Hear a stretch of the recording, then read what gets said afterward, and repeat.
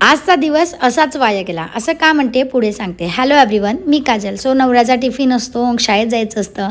त्याच्यासाठी आज छोले मसाला आणि पोळ्या करायच्या होत्या, म्हणून आधी भाजी करून घेतली, पोळ्या केल्या, टिफिन पॅक केला आणि म्हटलं बाहेरचं झाडूया. बाहेर आले इथं सूर्यही दिसतोय, ढगही दिसतंय. वातावरणाकडे बघून खूप छान वाटलं. अंकुरच्या नकळत व्हिडिओ काढत होती, पण शेवटी त्याला दिसलंच आणि बाय करून तो शाळेत गेला. शंभूची झोप पूर्ण झाल्यावर आम्ही खाली आलो. मी हा केक बनवला होता, त्याची रेसिपी यूट्यूब चॅनलवर अपलोड केलेली आहे. आजचा दिवस फुकट का गेला, वाया का गेला, तर आम्ही सध्या शॉपिंग करतोय, बाजारांमध्ये जातोय. हळदीला ड्रेस, मेहंदीला ड्रेस, लग्नाला काय साडी नेसावी, बराच प्रश्न. आता शंभूचं तर झालं आहे, मात्र आता माझ्यासाठी आणि अंकुरसाठी आम्ही बघत होतो. पण आम्हाला कुठेही काहीही आवडलं नाही. 5-6 दुकानं फिरलो आणि शेवटी घरी यायला निघालो. मग काय, येता येता गजानन महाराजांचं दर्शन घेतलं. त्यानंतर मग पाणीपुरी खाल्ली, दहीपुरी खाल्ली, भेळ खाल्ली.